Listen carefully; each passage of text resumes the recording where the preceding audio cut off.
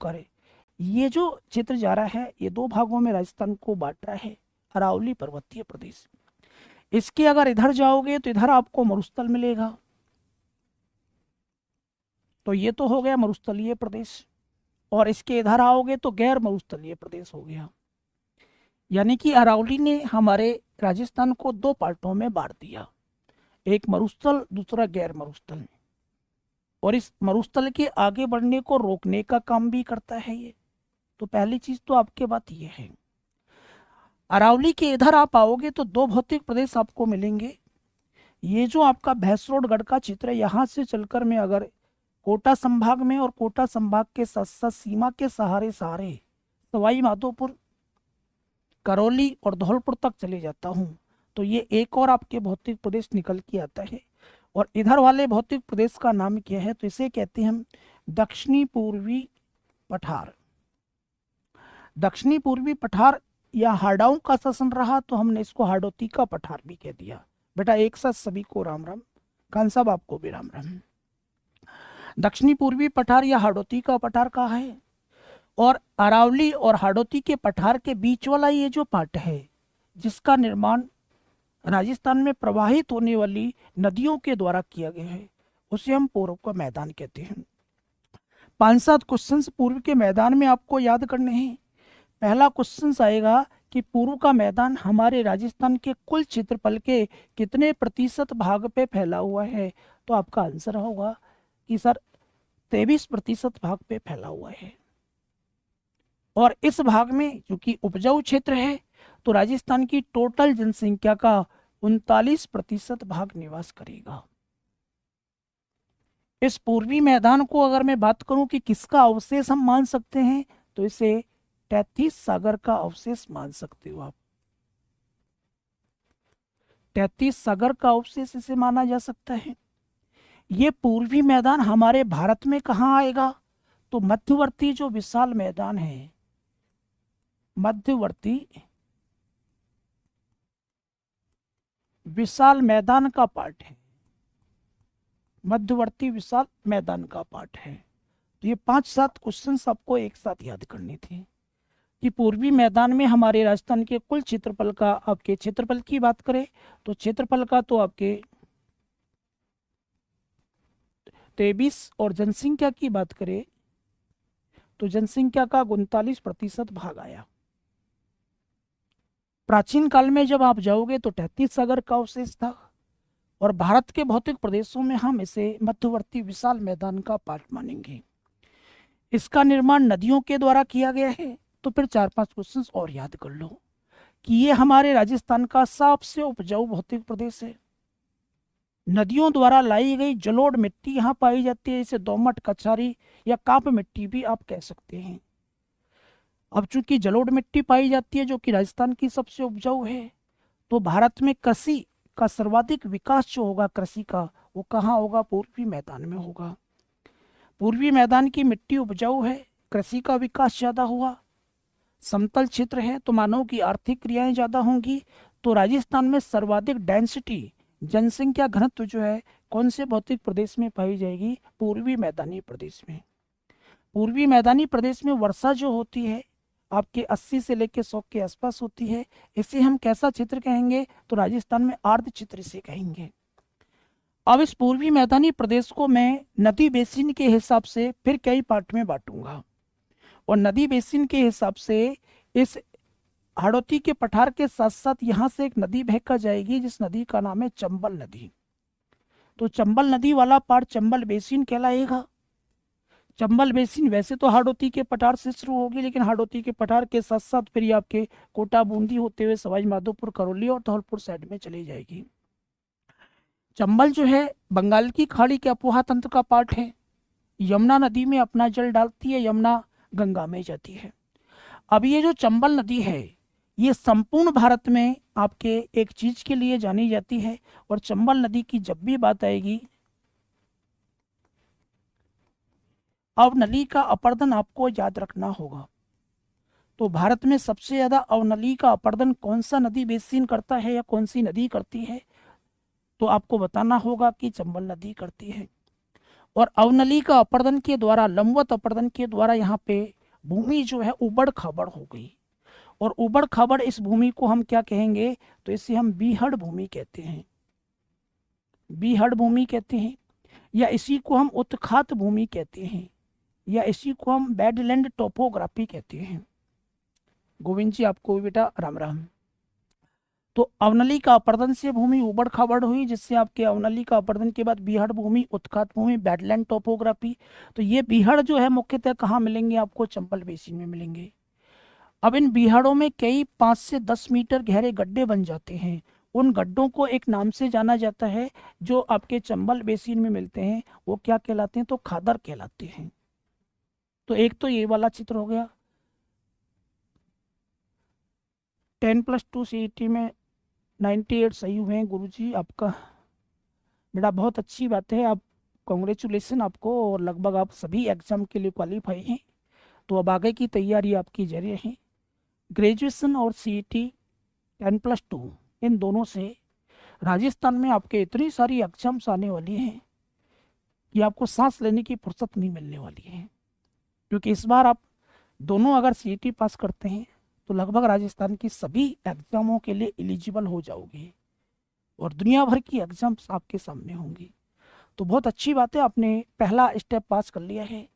और यदि आपने मेरे पास पढ़ के इस एग्ज़ाम को दिया है, तो भारत का भूगोल हमारा चल रहा था, 2-3 टॉपिक आपके हुए, क्वेश्चन अच्छे लेवल के आए थे सारे के सारे, और आपने मेरे पास पढ़ के अगर किया होगा तो मेरे को नहीं लगता, अगर पुराने टाइम की कोई बच्चा अगर 1 साल से जुड़ा हुआ है और मेरे पास वो संविधान को पढ़ चुका है, भारत के भूगोल को, विश्व के भूगोल को, नेशनल हिस्ट्री को पढ़ चुका है, इकोनॉमिक्स को पढ़ चुका है, तो मुझे नहीं लगता कि, या फिर मेरे नोट्स अगर पढ़े हैं तो नेशनल जीके में आपका कोई क्वेश्चन गलत होगा। राजस्थान जीके में पहले तो लगभग पुराने स्टूडेंट हो तो लगभग पूरी पढ़ी रखी होगी, और नए हो तो आपके भौतिक प्रदेश में से अगर राजस्थान में से कोई प्रश्न आपके आया होगा तो निश्चित है कि राजस्थान के भौतिक प्रदेश का प्रश्न भी आपका सही गया होगा। आओ जी टॉपिक पे। तो अवनली का अपर्दन होगा इसमें। अब इस चंबल की एक और सहायक नदी आप जानते हैं, और चंबल की जो सहायक नदी है अगर मैं उसकी आपसे बात कर लूँ तो चंबल की सहायक नदी यहाँ से निकलेगी और यहाँ से निकल कर इसमें आएगी, और इस बेसिन को मैं क्या कह दूं, तो बनास बेसिन के नाम से जाना जाएगा। तो पूर्वी मैदानी प्रदेश का दूसरा महत्वपूर्ण पार्ट जो होगा वो बनास बेसिन हो गया। अब बनास बेसिन जो है अरावली के समानांतर बहती है और लूनी नदी के विपरीत दिशा में बहती है। लूनी और बनास जो है ना एक दूसरे के विपरीत दिशा में अरावली के दोनों साइड बह के जाती हैं, और बनास बेसिन में और लूनी बेसिन में दोनों में ही मिट्टी जो पाई जाएगी वो भूरी मृदा पाई जाती है। तो कई बार एग्जामिनर प्रश्न पूछता है कि अरावली के दोनों ओर कौन सी मिट्टी पाई जाती है, तो आपको बताना होगा कि भूरी मिट्टी पाई जाती है। बनास बेसिन को फिर मैं 2 पार्टों में बांटूंगा, ध्यान रखना। इस बनास बेसिन के फिर हम 2 पार्ट कर सकते हैं। कौन से 2 पार्ट होंगे, एक तो मालपुरा करौली का मैदान जो कि इसका उत्तरी पूर्वी पार्ट है, और दूसरा जो इसका पार्ट होगा वो मेवाड़ का मैदान होगा। मेवाड़ का मैदान जहाँ से ये बनास और उसकी सहायक कोठारी, खारी या बेडच नदियों का उद्गम होता है। ये सारा चित्र जो होगा वो मेवाड़ का मैदान इसका दक्षिणी पार्ट कहलाता है, और इसका उत्तरी पार्ट जो है मालपुरा करौली का मैदान। एक आध बार एग्जाम में तो यही प्रश्न पूछा गया है कि मालपुरा करौली का मैदान किस नदी बेसिन का पार्ट है, तो किसका पार्ट है बेटा, बनास का पार्ट है। मालपुरा करौली के मैदान वाले चित्र को हमारे AM हेरोन जो था आपके, जिन्होंने अरावली की भूगर्भिक चट्टानों का अध्ययन किया था, इन्होंने आपके इस बनास बेसिन को तृतीय पैनी प्लेन, कौन से नंबर का, तीसरे नंबर का पैनी प्लेन भी कहा है। अब कई सारे ज्योग्राफी के स्टूडेंट तो समझ गए होंगे पैनी प्लेन क्या होता है। नदी की अपर्दन की एक अंतिम अवस्था है ये, जब नदी अपना अपर्दन कार्य पूरा कर चुकी होती है और अपर्दन के बाद जो समतल मैदान बनाती है उसे ही हम संप्राय मैदान, हिंदी में संप्राय मैदान कहते हैं और इंग्लिश में पैनी प्लेन कहते हैं। तो इस पैनी प्लेन में ही आपके कौन से नंबर का, तीसरे नंबर का पैनी प्लेन इसे कहा है, किसने, AM हेरोन ने कहा है बनास बेसिन को। बनास बेसिन से अगर मैं नीचे जाता हूँ तो हमारे नीचे एक और नदी आपको मिलेगी, ये नदी लेकिन आपके बंगाल की खाड़ी का अपोहा तंत्र का पार्ट नहीं होगी, बल्कि ये नदी बहकर अपना पानी अरब सागर में लेके जाएगी, कर्क रेखा को 2 बार काटेगी, उल्टे यू अक्षर के आकार में प्रवाहित होगी। और ये जो नदी है आपकी, ये नदी कौन सी है, तो माही बेसिन है। तो पूर्वी मैदानी प्रदेश में चंबल बेसिन हो गया, माही बेसिन हो गया, बनास हो गया और माही बेसिन हो गया।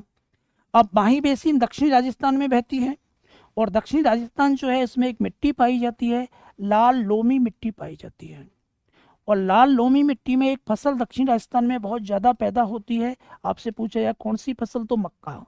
माही धवल, माही कंचन के नाम आपने सुने होंगे, वो मक्का की किस्में हैं। और इस दक्षिणी राजस्थान में मक्का की एक साल में 3 किस्में पैदा कर ली जाती हैं, 3 फसलें ले ली जाती हैं। अब जहाँ माही नदी बहती है प्रतापगढ़ में खासकर, तो प्रतापगढ़ में ऐसा कहा जाता है कि माही नदी के बेसिन में 1-2 नहीं बल्कि कितने गांव बसे हुए हैं, ऐसा कहते हैं कि 56 गांव बसे हुए हैं। कुछ लोग कहते हैं कि 56 नदी नाले हैं। इस कारण प्रतापगढ़ वाले क्षेत्र में इस माही बेसिन को क्या कहा जाता है, तो 56 का मैदान कहा जाता है। आपसे पूछेगा 56 का मैदान किस नदी बेसिन का पार्ट है, तो आपके माही का पार्ट है। लेकिन 56 की पहाड़ी और नाकोड़ा पर्वत अगर आ जाएं तो बालोतरा और बाड़मेर में आपको जाना होगा। गुमदाकार पहाड़ियां ग्रेनाइट से बनी हुई हैं। अब ये जो बांसवाड़ा और प्रतापगढ़ के बीच का चित्र है, इस बांसवाड़ा और प्रतापगढ़ के बीच के क्षेत्र में माही नदी के किनारे वाले पार्ट को एक नाम और दिया जाएगा, कांठल कहते हैं। क्या कहते हैं, कांठल के नाम से जानते हैं। और डूंगरपुर बांसवाड़ा में एक बोली बोली जाती है, उसे वागड़ कहते हैं। वागड़ी बोली का चित्र है तो वागड़ कहलाता है। तो प्रश्न आएगा कि 56 का मैदान माही नदी का मैदान है। वागड़ और काठल की गंगा किसे कहते हैं, तो माही नदी को कहते हैं। तो इन शब्दों का संबंध आपके माही बेसिन से है। इसके अलावा पूर्वी मैदान में आपके बैराट की पहाड़ियों से निकलकर अर्जुन की गंगा भी जाएगी, रुंडित नदी भी जाएगी। और अर्जुन की गंगा या रुंडित नदी जो है जयपुर में बैराट की पहाड़ियों से निकली, और यहाँ से निकलने के बाद आपके बहते हुए ये इधर चले जाएगी, जयपुर से दौसा, दौसा से आपके भरतपुर, और भरतपुर में जाके लुप्त हो जाती है। हालांकि पहले ये यमुना नदी में जाके गिरती थी। तो जब यमुना नदी में गिरेगी तब तो हम इसे कहेंगे कि ये बंगाल की खाड़ी के अपोहा तंत्र का पार्ट है, लेकिन वर्तमान में आप इसे आंतरिक अपोहा की नदी भी मान सकते हैं। लेकिन इस प्रश्न को आप ऑप्शन देख के ही हल करोगे कि आपकी वाण गंगा है जो आपकी नदी है, बाण गंगा जिसे आपने अर्जुन की गंगा भी कहा है, रुंडित नदी भी कहा है, इसे मैं आंतरिक अपोहा की नदी मानूं या बंगाल की खाड़ी की अपोहा की नदी मानूं, ये प्रश्न के ऑप्शन देख के ही आपको हल करना है। दोनों ही आंसर सही होते हैं, ध्यान रखना। आपसे कभी क्वेश्चन पूछा जाए कि बाण गंगा बेसिन जो है ये जयपुर में है, दौसा में है और भरतपुर में है, और एक प्रश्न और आपके सामने आ जाए कि पूर्वी मैदानी क्षेत्र में सबसे ज्यादा उपजाऊ बेसिन कौन सा है, तो बाण गंगा का बेसिन सबसे उपजाऊ है। एक और प्रश्न यहाँ से आता है कि निम्नलिखित में से कौन सा नदी बेसिन पूर्वी मैदानी प्रदेश का पार्ट नहीं है।